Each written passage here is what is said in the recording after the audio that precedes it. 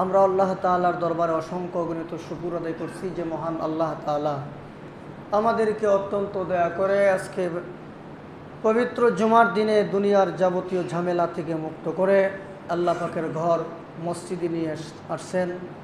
এজন্য আমরা সকলেই দিল থেকে কালিমাতুশ শুকর আদায় করি আলহামদুলিল্লাহ। সম্মানিত মুসল্লিয়ানে কেরাম, আমি আপনাদের সামনে গত জুমাতে এবং এর আগের জুমাতেও সূরাতুল আহজাবের 21 নম্বর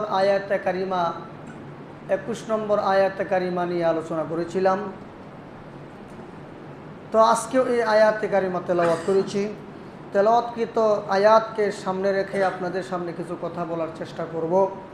আল্লাহ যেন আমাকে ইখলাসের সাথে বলার, আপনারা যারা শুনবেন আপনাদেরকে যেন মহান আল্লাহ আমলের নিয়ত শোনার তৌফিক দেন। সকলে বলুন আমিন।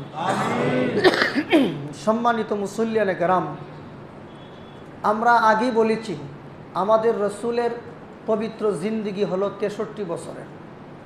রসুলের জিন্দিগি 63 বছরের প্রথম 40 বছর নবুয়তের আগেই চলে গেল, আর নবুয়ত প্রাপ্তির পরে 23 বৎসরের জীবন ইতিহাস। এই 23 বৎসর আবার দুই ভাগে বিভক্ত, 13 বৎসরের মাক্কি জিন্দিগি আর 10 বৎসরের মাদানী জিন্দিগি। এই হলো রসুলের পবিত্র জিন্দিগির 63 বৎসর। তো রসুলের এই জীবনীগুলোর কিছু বৈশিষ্ট্য আছে। প্রথম 40 বছর নবীর জন্য নবুয়তের দলিল, শেষের 23 বৎসর উম্মতের জন্য শরীয়তের দলিল। রসুলের নবুয়ত প্রাপ্তির পরবর্তী 23 বৎসরের জীবনীটা আমাদের জন্য উম্মতের জন্য শরীয়তের দলিল। অর্থাৎ রসুল নবুয়ত প্রাপ্তির আগে যা করছেন তা আমাদের জন্য শরীয়তের দলিল নয়, বরং নবুয়ত প্রাপ্তির পরে রসুল যা করছেন তা আমাদের জন্য শরীয়তের দলিল। এখন প্রশ্ন জাগে যে হুজুর, আম্মাজান খাদিজাকে তো আল্লাহর হাবিব নবুয়ত প্রাপ্তির আগে বিয়া করছেন, তাইলে বিয়া আমাদের জন্য শরীয়তের দলিল হলো কিভাবে? একটা প্রশ্ন জাগে কিনা? একটা প্রশ্ন আসতে পারে যে রসুলের 40 বছরের জীবনীটা যদি আমাদের জন্য শরীয়তের দলিল না হয়, তাহলে রসুল তো নবী হওয়ার আগে বিয়ে করছেন, তাহলে বিয়ে করা আমাদের জন্য শরীয়তের দলিল হলো কিভাবে? তার উত্তর হলো, রসুল বিয়ে করছেন 40 বছর আগে, ঠিক আছে, কিন্তু 40 বছরের পর নবী হওয়ার পরে রসুল ঘোষণা দিয়েছেন আন-নিকাহু মিন সুন্নতি, বিবাহ হলো রসুলের সুন্নত। এই বক্তব্য রসুলের নবী হওয়ার পরে। আগে বিয়ে করছেন ঠিক, কিন্তু নবী হওয়ার পরে রসুল ঘোষণা দিয়েছেন বিবাহ করা আমার সুন্নত। সুতরাং আর কোনো প্রশ্ন থাকে না। এখন 23 বৎসরের জীবন ইতিহাস আমাদের জন্য শরীয়তের দলিল। এই 23 বৎসর আবার দুই ভাগে বিভক্ত, 13 বৎসরের মাক্কি জিন্দিগি, 10 বৎসরের মাদানী জিন্দিগি। 13 বৎসর মাক্কি জিন্দিগির একটা বৈশিষ্ট্য হলো সন্ত্রাসী বেঈমান কাফের কর্তৃক জুলুম অত্যাচার সহ্য করার ইতিহাস।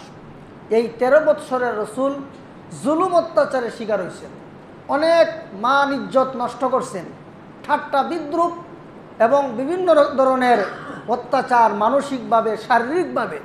শুধু রসুল নয়, রসুলের সাহাবীরাও এইভাবে জুলুম অত্যাচারের শিকার হয়েছে।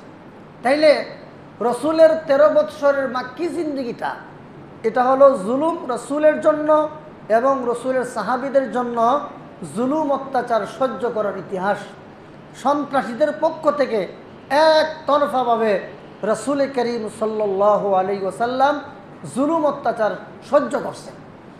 আর 10 বৎসরের মাদানী জিন্দিগির বৈশিষ্ট্য হলো রসুল করিম সাল্লাল্লাহু আলাইহি ওয়াসাল্লাম এই 10 বৎসরে মদিনা শরীফ গিয়ে আর সন্ত্রাস সহ্য করেন নাই, বরং সন্ত্রাসী বেঈমান কাফেরদের বিরুদ্ধে রুখে দাঁড়ানোর ইতিহাস। তাইলে রসুলের পবিত্র জিন্দিগিটা যদি 3 ভাগে ভাগ করেন, প্রথম হলো নবী হওয়ার আগের 40 বছরের জীবন ইতিহাস, এটা হলো নবীর জন্য নবী হওয়ার দলিল। পরবর্তী 23 বৎসরের জীবন ইতিহাস, আমাদের জন্য শরীয়তের দলিল। এটা আবার দুই ভাগে বিভক্ত। প্রথম 13 বৎসর রসুল সন্ত্রাসী বেঈমান কাফিরদের পক্ষ থেকে জুলুম অত্যাচার সহ্য করছেন, কোনো প্রতিরোধ করেন নাই, হ্যাঁ, পাল্টা আক্রমণ করেন নাই, শুধু সহ্য করছেন। আর 10 বৎসরের মাদানী জিন্দেগির বৈশিষ্ট্য হলো শুধু প্রতিবাদ শুধু মৌখিকভাবে করেন নাই শুধু, বরং সামরিকভাবেও রসুল করিম সাল্লাল্লাহু আলাইহি ওয়াসাল্লাম সন্ত্রাসীদের এই সন্ত্রাসের বিরুদ্ধে রুখে দাঁড়াইছে। এই কয়েকটা কথা সারা জীবন মনে রাখবেন। কয়েকটা কথা যদি আমরা সারা জীবন মনে রাখি, তাহলে আমাদের নবীর জীবন ইতিহাস সম্পর্কে আমাদের কিঞ্চিত হইলেও ধারণা থাকবে ইনশাআল্লাহ। তো এই 13 বৎসরের মাক্কি জিন্দিগির বৈশিষ্ট্য এটা হলো রসুল করিম সাল্লাল্লাহু আলাইহি ওয়াসাল্লাম শুধু অত্যাচারিত হয়েছেন, জুলুম অত্যাচারের শিকার হয়েছেন। শুধু রসুল নিজে না, বরং রসুলের উপর যারা ঈমান এনেছিল তারাও রসুলের জুলুম অত্যাচারের শিকার হয়েছে। তো আল্লাহ তাআলা বলেন রসুল আমাদের আদর্শ। রসুল আমাদের আদর্শ মানে হইল এই 23 বৎসরের জীবন ইতিহাস আমাদের জন্য রসুল আদর্শ। অর্থাৎ মাক্কি জিন্দিগিতে যেইভাবে রসুল ঠাট্টা বিদ্রুপের শিকার হয়েছেন, তারপর রসুল করিম সাল্লাল্লাহু আলাইহি ওয়াসাল্লাম শারীরিকভাবে নির্যাতনের শিকার হয়েছেন এবং সাহাবায়ে কেরামও, তাইলে আমরা মুসলমান হিসেবে আমরাও জুলুম অত্যাচারের শিকার হতে হবে দ্বীনের জন্য, আল্লাহর দ্বীনের জন্য। আমরা নিজেরাও অনেক সময় ঠাট্টা বিদ্রুপের শিকার হতে হবে, জেল জুলুমের শিকার হতে হবে, এমনকি নিজের জীবনটাও যদি আল্লাহ রাস্তায় দিয়ে দেই, তাহলেও এটা আমি রসুলের আদর্শে, আমি যদি আল্লাহর দ্বীনের জন্য আমার জীবনটাও সঁপে দেই, তাহলেও আমি রসুলের আদর্শবান হতে পারবো। তো আমরা আসলে ভাই রসুলের 23 বৎসরের মাক্কি জিন্দিগির যে অবর্ণনীয় জুলুম অত্যাচারের যে ইতিহাস আছে, এইগুলো যদি আমরা বলতে যাই, তাহলে মনে করেন দিন কি দিন, রাত কি রাত শেষ হবে। তারপরেও রসুলের উপর এবং সাহাবীদের উপর জুলুম অত্যাচারের যে ইতিহাস, যে কাহিনী, এটা শেষ হবে না। আরে ভাই, নিজের আপন লোকজন পর্যন্ত রসুলের বিরুদ্ধে, যারা রসুলের চাচি, রসুলের চাচা আবু লাহাব, সে এবং নিজের লোকজন এবং গোটা আরব বিশ্ব একজন মানুষের বিরুদ্ধে, সারা দুনিয়ার সমস্ত বেঈমান কাফেররা রাসূলের বিরুদ্ধে। এমন সংকটময় মুহূর্তেও রাসূল এবং সাহাবায়ে কেরাম নিজের আদর্শ ছাড়েন নাই। ফ্যান, এসির বাতাস তো ঠান্ডা তো মোটামুটি ভালোই নাকি, এরপরে যে এতগুলো ফ্যান চলতেছে একটু কমাই দিলে ভালো। আর এই যে এসির বরাবর যে ফ্যানগুলো আছে, এসির বরাবর যে ফ্যানগুলো আছে, এগুলো বন্ধ করেন। আর এটা 20-এ দেওয়া, 22-23-এ দিলে ভালো হয়।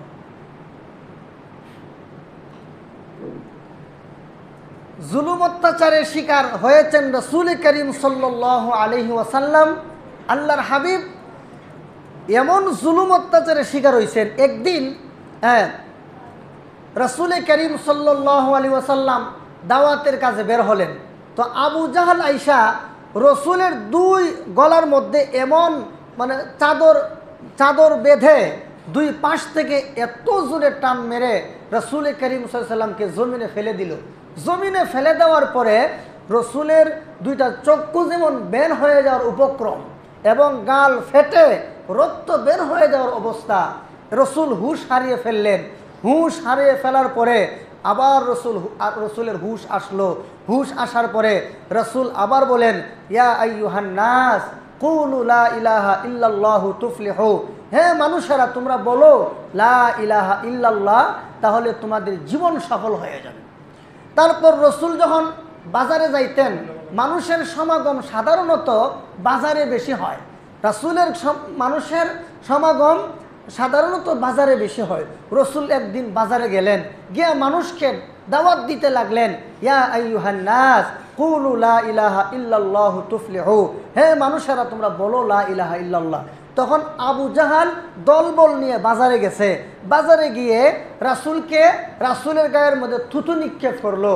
থুতু, একজন মানুষ থুতু নিক্ষেপ করলে ওই রকমের দেখা যায় না, কিন্তু দল বেঁধে যখন একটা মানুষের উপর থুতু নিক্ষেপ করা হয়, বলেন এই লোকটার শরীরে আর এতক্ষণ লাগে? তাড়াতাড়ি শেষ কর।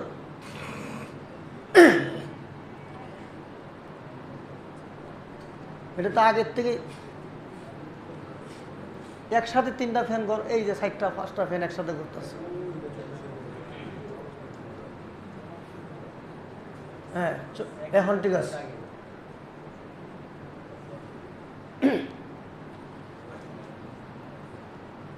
একজন মানুষের গায়ে যদি মনে করেন 100 জন 50 জন মানুষে থুতু নিক্ষেপ করে, এবার চিন্তা করেন ওই লোকটার শরীরের মধ্যে কি আর কোনো জায়গা শুকনা জায়গা বাকি থাকবে? সারা শরীর থুতু দিয়া প্রায় রসুলকে গোসল দিয়ে ফেল। আস্তাগফিরুল্লাহ। এমত অবস্থায় এত অবর্ণনীয় জুলুম অত্যাচার, এরপরও কিন্তু রসুল দাওয়াতের কাজ বন্ধ করেন নাই। রসুলকে বলা হলো, ও মুহাম্মদ, তুমি দাওয়াতের কাজ ছেড়ে দাও, তোমাকে মক্কার সবচেয়ে সুন্দরী নারী দেব, মক্কার সর্দার বানায় দেওয়া হবে। রসুল বলেন, এইগুলো কেন?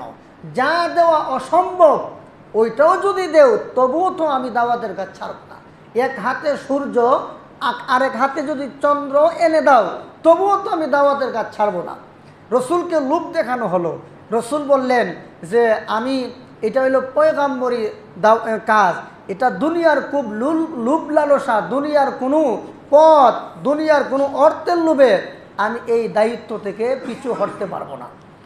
একবার রাসূল করিম সাল্লাল্লাহু আলাইহি ওয়াসাল্লাম সাহাবায়ে কেরামদেরকে নিয়ে, হযরত আবু বকর সিদ্দিককে নিয়ে এক জায়গায় বসে আছেন। তখন উম্মে জামিল তার আপন চাচি, এই উম্মে জামিল আপন চাচি এবং উম্মে জামিলের 2 ছেলে, একটার নাম হলো উতবা আরেকটার নাম হলো উতাইবা। রসুল নবী হওয়ার আগে আপন চাচির 2 ছেলে উতবা এবং উতাইবা, এই 2 জনের কাছে রসুলের 2 মেয়ে বিয়া দিছেন। আপন চাচতো ভাইয়ের কাছে, আপন চাচতো ভাইয়ের কাছে যখন 2 মেয়ে বিয়ে দিল, আর রসুল যখন বলল আমি নবী, তখন আবু লাহাব তার 2 ছেলে এটাই কাইনা বলে, ও উতবা এবং উতাইবা, এবার বলো তুমি কি তোমার শ্বশুরের দিন মানবা, তোমার শ্বশুরের কথা মতো চলবা নাকি আমার কথা মতো চলবা? যদি আমি বাপ হিসেবে আমার কথা মানো তাহলে এখনই তার 2 মেয়েকে তালাক দাও, আর যদি তালাক না দাও তাহলে কিন্তু আমার বাড়িতে কোনো জায়গা নাই, তোমাদেরকে ত্যায্য পুত্র করে দেওয়া হবে। একসাথে রসুলের 2টা মেয়েকে তালাক দেওয়া হলো। আচ্ছা বলেন, আপনার 2টা সন্তান যদি, 2টা মেয়ে যদি একসাথে স্বামীর ঘর থেকে চলে আসে, আপনার কতটুকু কষ্ট লাগবে? কি বলেন, কষ্ট লাগবে কি না?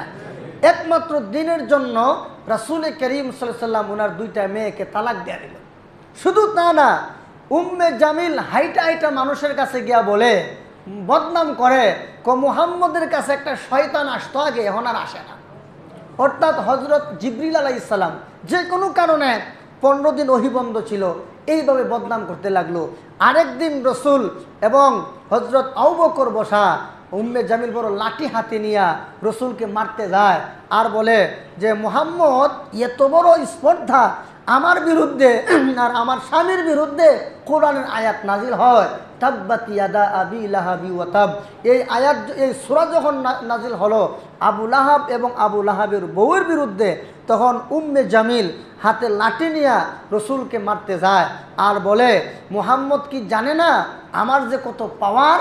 হ্যাঁ, এক সর্দারের বউ আর এক সর্দারের মেয়ে, আমার ডাবল পাওয়ার। কি বলেন, এক সর্দারের বউ আর এক সর্দারের মেয়ে, তো আমরা তো একজনের মেয়ের দাপটে আমরা এতদিন বাঁচতেছিলাম না। কি বলেন, এত পাওয়ার। আর হেই বেডি ডাবল পাওয়ার, এক পাওয়ার হলো নিজের স্বামী হইল বড় নেতা, নিজের বাপ হইল অনেক বড় নেতা।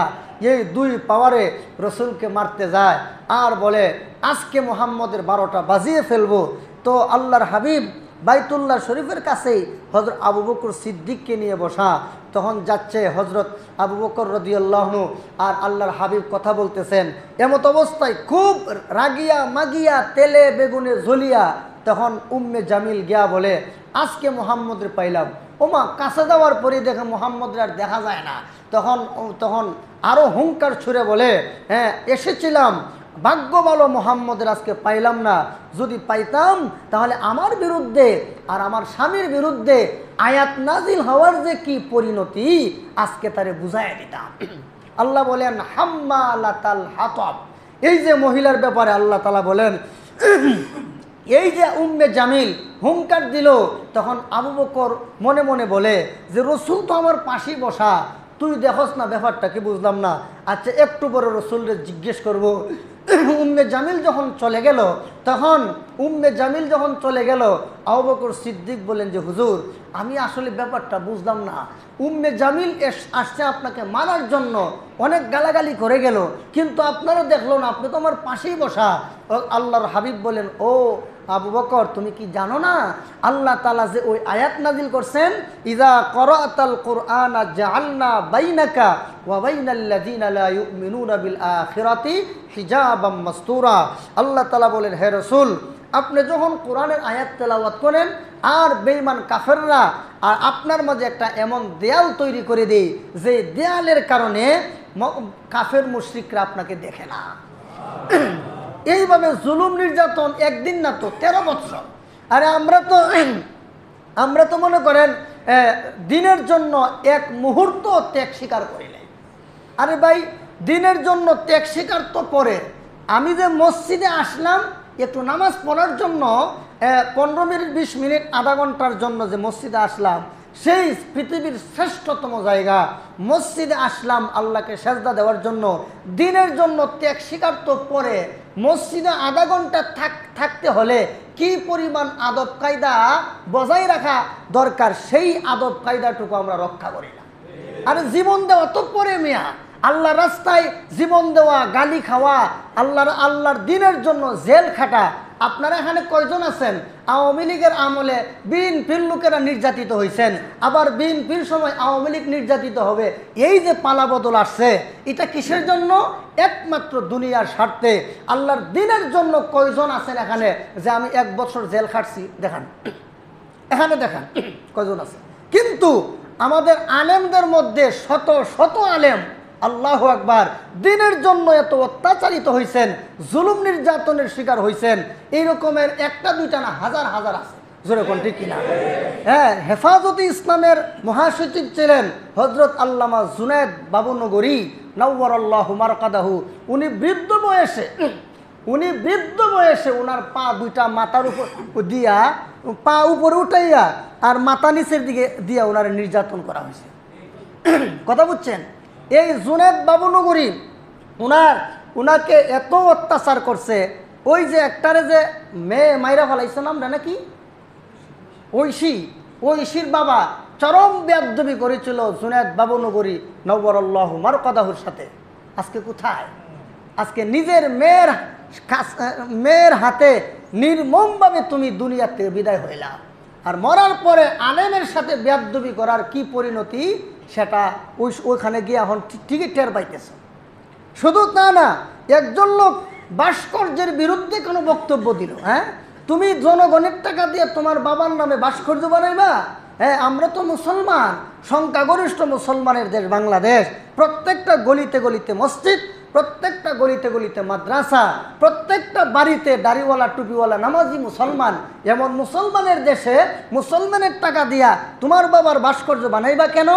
এই বক্তব্যের কারণে বাংলাদেশের জিন্দা শাহজালাল শাইখুল হাদিস ইবনে শাইখুল হাদিস আল্লামা মামুনুল হককে এমনভাবে দেশের মানুষের কাছে অপমানিত করেছে, নাটক সাজাইয়া ওনাকে জিনাখুর বানাইছে, ওনাকে লুটতরাজকারী বানাইছে, ওনাকে সন্ত্রাস বানাইছে, মানিব্যাগ নাকি চুরি করছে। আচ্ছা বলেন, এরা হইল মানে জমিদার, এরা উচ্চ বংশের মানুষ, এই ধরনের অভিযোগ আইনা ওনারা গ্রেফতার করছে।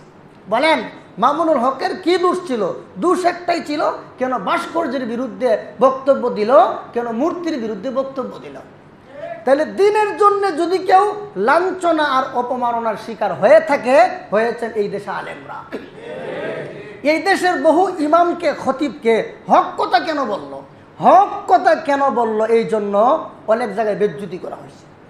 এই চরের মধ্যে আছে 2-1 জায়গায় সুদের বিরুদ্ধে আশপাশে আছে এক ইমাম সাহেব আমার বলতেছে যে ভাই সুদের বিরুদ্ধে ওয়াজ করলাম, আমার মসজিদের কমিটির লোক এসে বলে কই মিয়া সুদের বিরুদ্ধে ওয়াজ করলেন কেন?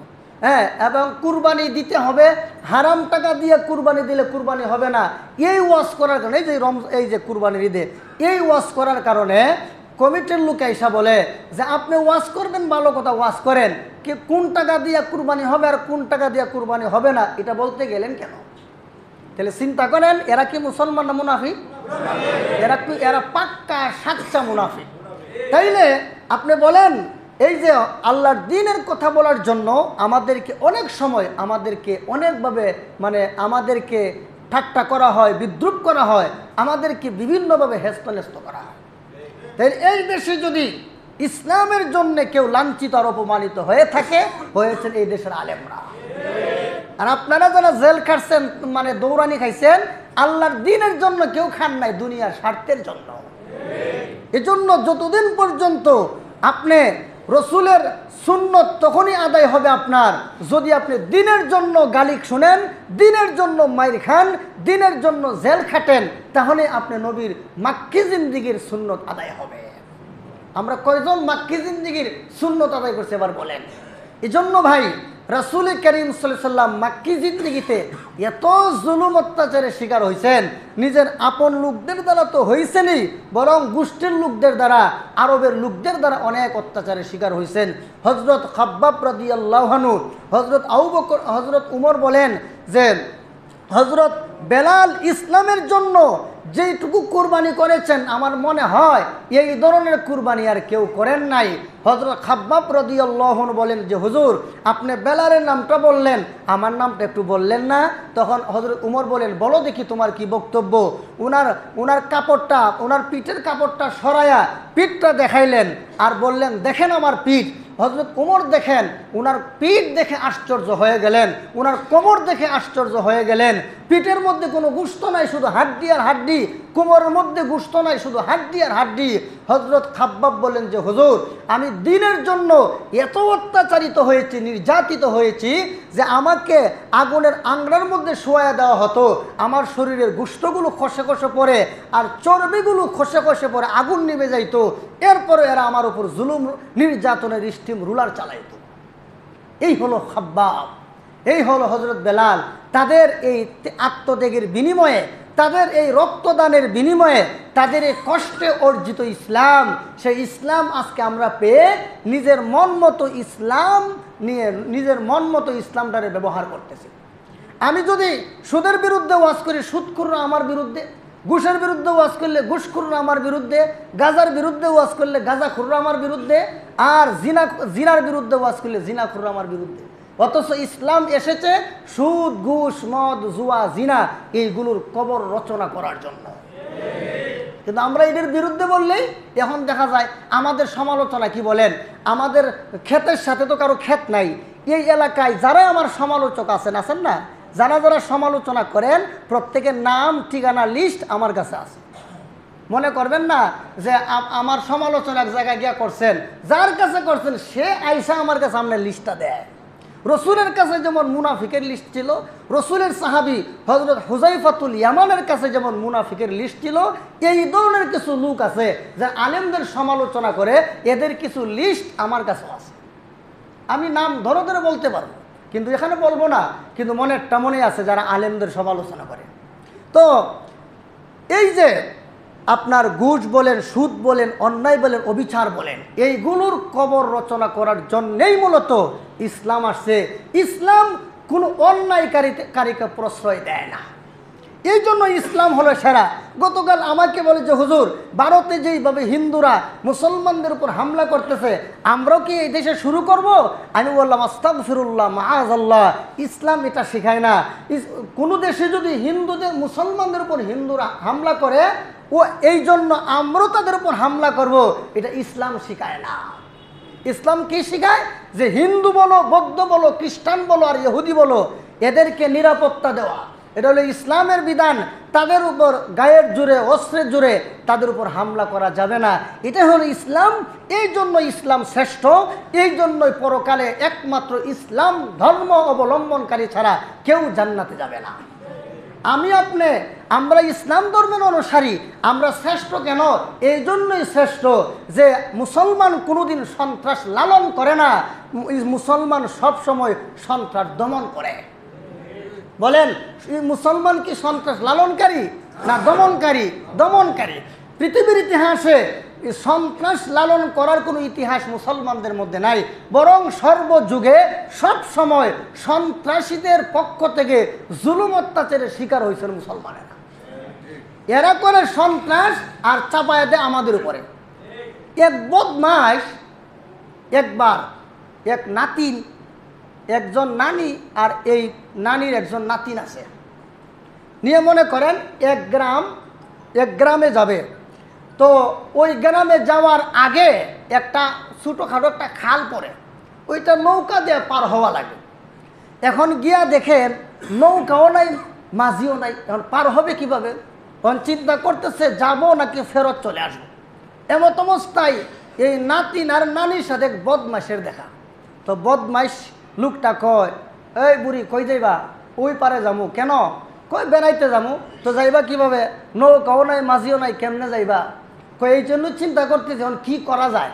তখন এই বদমাইশ বেটায় তাকে একটা পরামর্শ দিল যে শুনেন, আপনি আর আপনার নাতিনি তো আর কেউ নাই তো? না। বলে না, আর কেউ নাই। তাহলে একটা কাজ করি, আপনারা দুজনকে আমি কান্দে করে এ পার থেকে ওই পারে আমি পার করে দিয়ে আসবো, তাইলে আপনারা যাইতে পারবেন।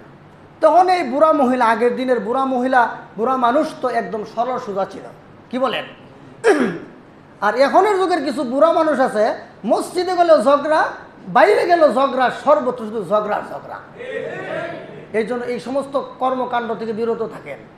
সম্মানিত হাজিরিন, তো এখন এই নাতি এই বদমাইশ লোকে নানি আপনি এখানে দাঁড়ান, আর আপনার নাতির নামে আগে পার করে দিয়ে আসি, এরপর আপনাকে পার করবে। এবার বুড়া মহিলায় কয়, এত ভালো মানুষ এই যুগে আছে, আচ্ছা ভাই তোমার নাম কি? তখন এই বদমাইশ বেটা কয়, আমার নাম হলো নাতিন জামাই। আর এটা কি কয়? নাতিন জামাই। বলে হ্যাঁ, অনেক সুন্দর নাম তো, আচ্ছা ভালো। এখন নাতিন জামাই পরিচয় দিয়া নাম বইলা নাতিন রে কান্দে করে ওই পারে লইয়া হাতে নিয়ে যে দৌড় শুরু করলো, তখন তো আর ওই নানির আর বুঝার বাকি রইল না, হে তো প্রতারক। হ্যাঁ কি প্রতারক? এখন এই বুড়ি চিল্লায় আর বলে, নাতিন জামাই নাতিন লয়ে গেল, নাতিন জামাই নাতিন লয়ে গেল। এখন ওই বুড়ির চিল্লাচিল্লি শুই না আশপাশের বহু মানুষ জমা হয়ে গেল, আর বলে, এই বুড়ি কি হয়েছে? নাতিন জামাই নাতিন লয়ে গেছে। তখন আশপাশের লোকেরা বলে, আরে বুড়ি, নাতিন জামাই নাতিন রেডি না তোরে নিব? নাতিন জামাই নাতিন লয়ে গেছে, তোর সমস্যা কি? না, নাতিন জামাই নাতিন লয়ে গেছে। এইভাবে যখন চিল্লাচিল্লির মাত্রা বেড়ে গেল, তখন মানুষ কিছু সচেতন থাকে না, আসলে ব্যাপারটা কি বুঝাবে। কয় বুড়ি, তোমার পুরা ইতিহাস বলো। তখন পুরা ইতিহাস যখন বলল, তখন আশপাশের সমস্ত মানুষ বুঝার আর বাকি রইল না যে আসলে হে নাতিন জামাই না, হে নাতিন জামাইয়ের নাম ধারণ করছে ধোঁকা দেওয়ার জন্য। জোরে কোন ঠিক কিনা? সে যে লম্পট, সে যে এই অসভ্য আর বর্বর, এটা যেন সমাজের কেউ বুঝতে না পারে আসলে সে তো প্রকৃত নাতিন জামাই না, সে শুধু নাতিন জামাইয়ের নাম ধারণ করছে। যেমনভাবে এই নাতিন জামাই প্রকৃত কোনো নাতিন জামাই না, এটা একটা ভণ্ড প্রতারক বদমাইশ।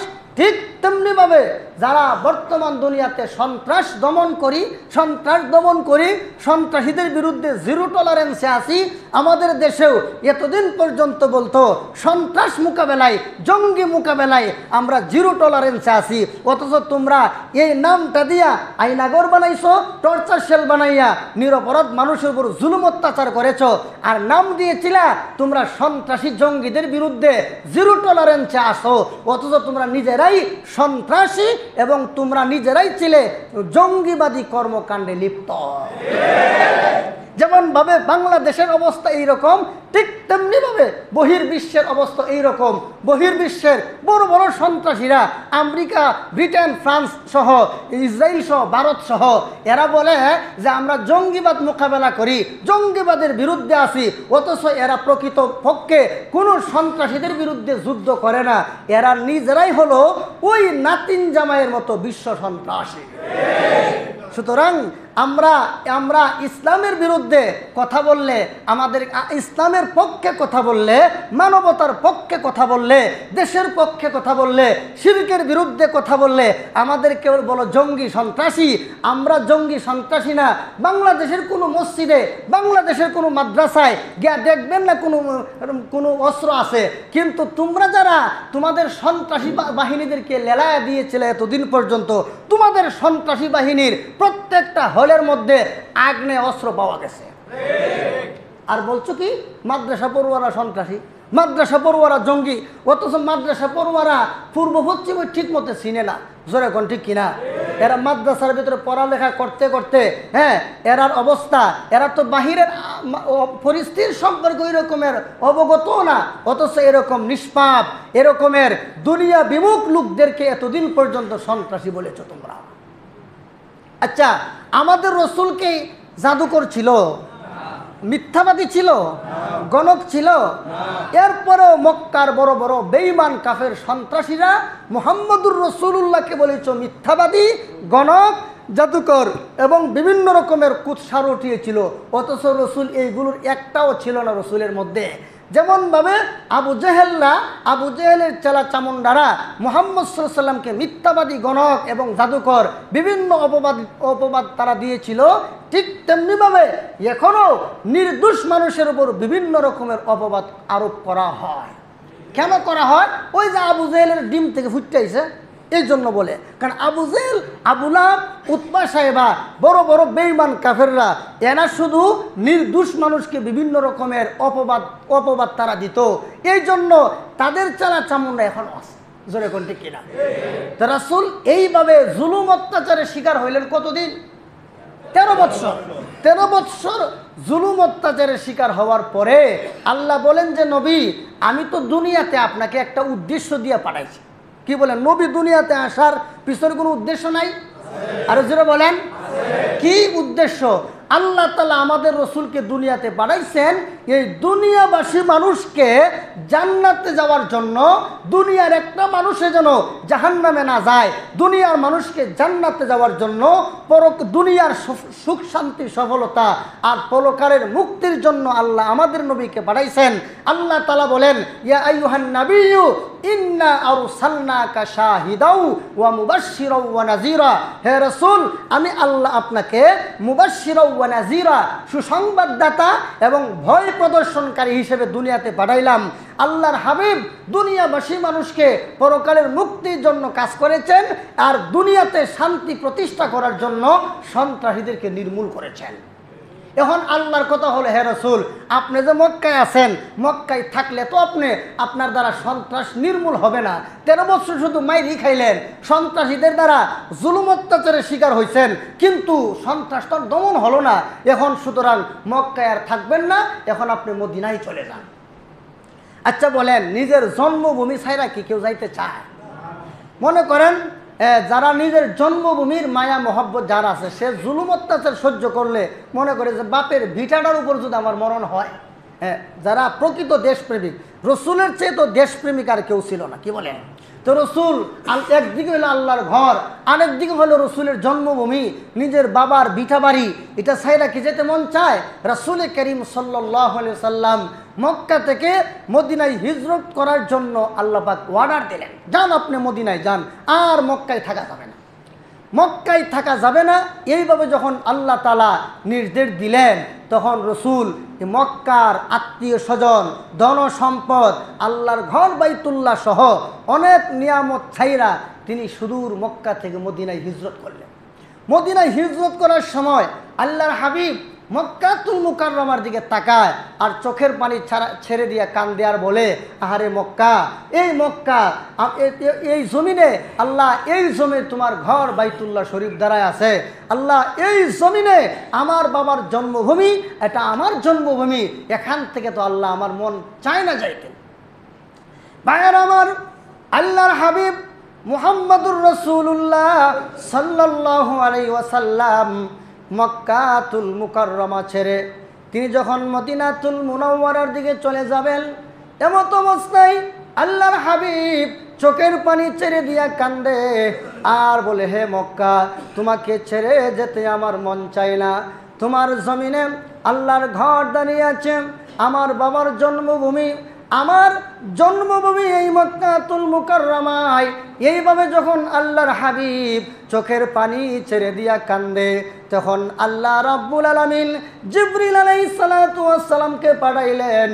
জিবরিল আলাইহিস সালাতু ওয়াস সালাম আল্লাহর হাবিবের কাছে আসলেন, এসে বলেন, ইয়া রাসূলুল্লাহ, ইয়া হাবিবাল্লাহ, ওগো আল্লাহর হাবিব, আপনি আপাতত মদিনায় যান, আল্লাহ রাব্বুল আলামিন আবারও আপনাকে এই মক্কাতুল মুকাররমায় ফিরায়া আনবে। আল্লাহ রসুলকে ওয়াদা দিয়া দিয়েছেন।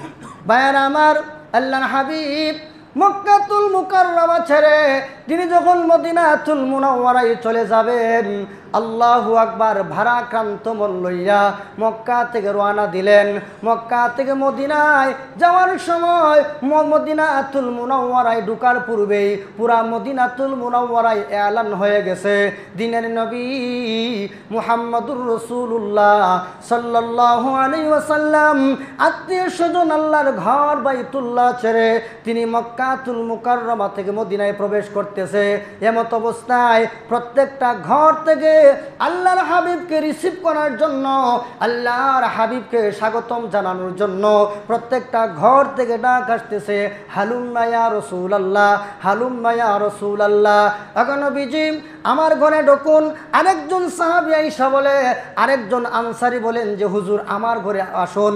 ভাইয়ের আমার, শুধু তা না, ছোট ছোট বাচ্চারা পর্যন্ত আল্লাহর হাবিবের আগমনের আনন্দে আত্মহারা হইয়া আল্লাহর হাবিবের উটের উপর উঠতে লাগলো।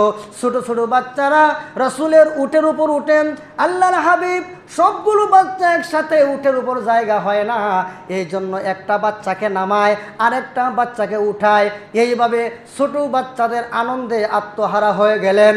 আল্লাহর হাবিব তাদের এই অবস্থা দেখে চোখের পানি ছেড়ে দিয়া কান্দে আর বলে, মদিনার ছেলেরা রে, তোরা কি চিরজীবন আমাকে ভালোবাসবি, নাকি মক্কার আর ওই তায়েফের সন্ত্রাসীদের মতো তোরও আমাকে পাথর মারবি? এইভাবে যখন আল্লাহর হাবিব তাদেরকে বলতে লাগলেন, ছোট ছোট বাচ্চারা বলে, ইয়া রাসূলুল্লাহ, ইয়া হাবিবাল্লাহ, আল্লাহর নবী গো, আমরা মক্কা আর ওই তায়েফের বর্বর ও সভ্য বাচ্চাদের মতো নয় যে আপনাকে পাথর মারবো, আপনার উপর জুলুম অত্যাচার চালাবো।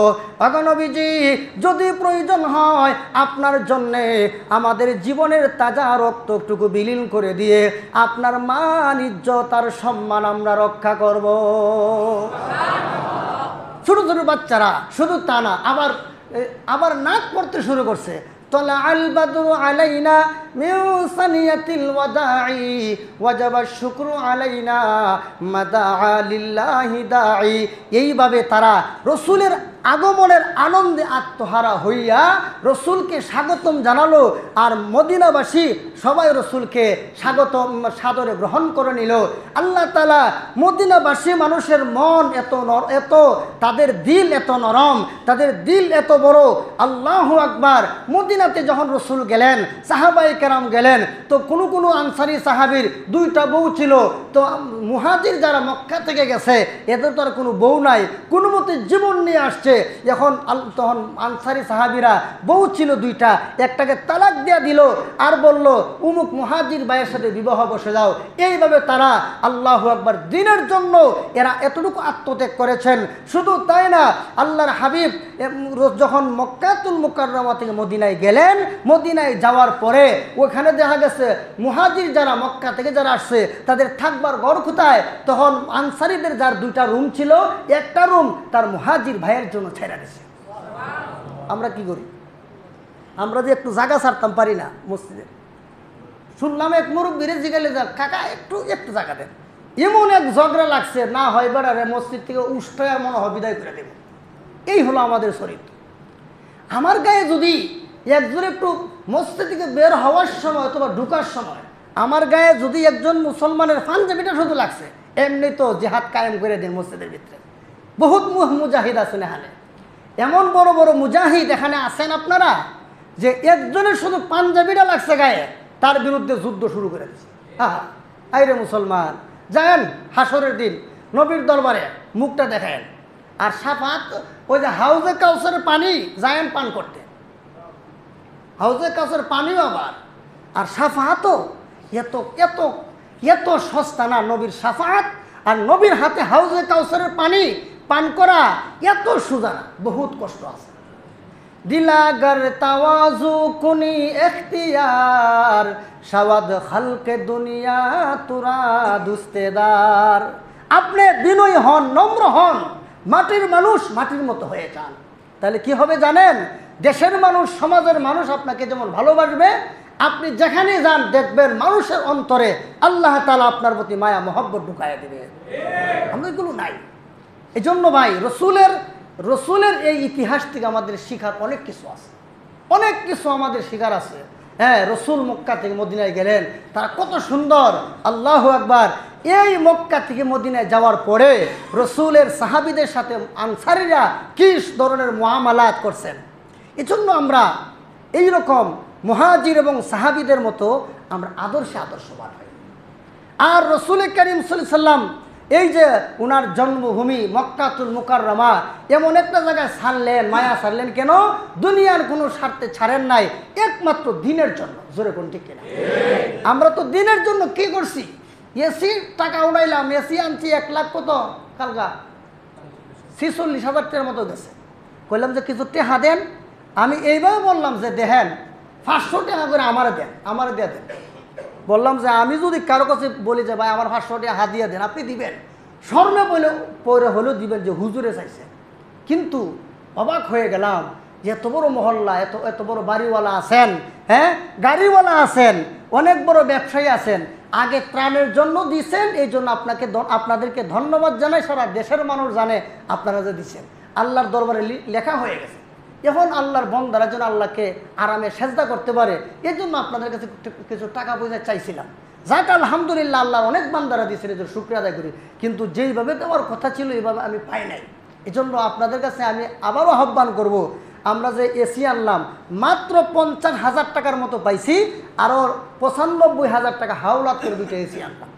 এই যে এসি দুইটা দুই পাশে দেখতেছেন, এখন ভালো ঠান্ডা লাগতেছে না? এবং 24-এ দেওয়া, আর আগে 16 দেওয়ার পরেও একেবারে হাই পাওয়ার দেওয়ার পরেও দেখা যায় ঠান্ডা হয় না। এই যে এগুলো আনছি কেন? বাকি এসিগুলোর জন্য নষ্ট না হয়। এই দুইটা যদি না আনা হয়তো বাকি এসিগুলো আস্তে আস্তে নষ্ট হয়ে যেত, কারণ লোড সহ্য করতে পারে না। এজন্য আপনারা যদি পারেন আর একটু সহযোগিতা করেন। আর যা আলোচনা করলাম, এমনি যে সমালোচনা শুরু হয়েছে, আমার বয়ান লম্বা করি, 2-4 জন মানুষ ঘুরা ঘুরে, এরা 2-4 জনই, আর কেউ না, আমি সব জানি। হ্যাঁ, আপনারা এই যে আজানের আগে মসজিদ বড়া বয়ান শোনার জন্য আসছেন, কিন্তু 2-4টা মানুষ সবসময় এদের পক্ষ থেকে অভিযোগ, এই অভিযোগগুলো এরা 1 দিন 2 দিন না, সবসময়। এই জন্য আমি খুব কষ্টে বয়ানটা আমি কিন্তু বয়ান অনেক রয়ে গেছে, আপনারা তো বুঝতেছেন, অনেক রয়ে গেছে, খুব কষ্টে এখন 20-এ শেষ করে দিলাম। আগামী সপ্তাহে ইনশাল্লাহ চেষ্টা করুন 15-তে শেষ করার জন্য। এরপরও যারা আছে এরা যেন শান্তিতে দেখে, এরা যেন সুখে থাকে, এদের সমালোচনার শিকার যেন আমি না হই। আল্লাহ আমাকে আপনাদের সকলকে যেন রসুলের আদর্শে আদর্শবান হওয়ার তৌফিক দান করেন, আমিন। সুবহানা রাব্বিকা রাব্বিল ইজ্জাতি আম্মা ইয়াসিফুন ওয়া সালামুন আলাল মুরসালিন ওয়ালহামদুলিল্লাহি রাব্বিল আলামিন।